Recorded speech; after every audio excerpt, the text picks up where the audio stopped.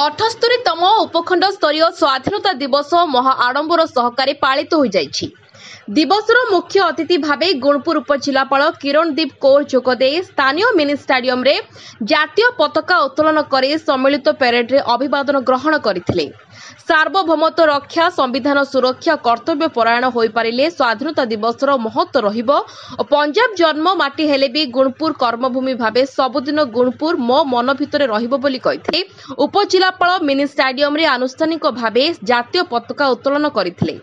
Parade रे 25 गोटी parade दल अंशग्रहण करथिले। गांधी विश्वविद्यालय एनसीसी पेरेड रे प्रथम, गुणपुर महाविद्यालय द्वितीय, सिविलियन रे एकलव्य आदर्श आवासिक विद्यालय कृतित्व हासिल करथिले। पेरेड परे परे उपजिलापाल चिकित्सालय जाई रोगी को फल और जेल अंतवासी को मिष्टान बंटन करथिले।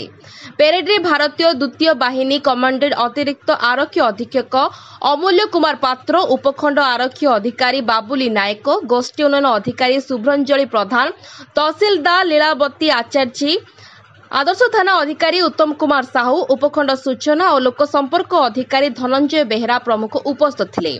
अनंत पात्र समस्त कार्यक्रम परिचालना करथिले।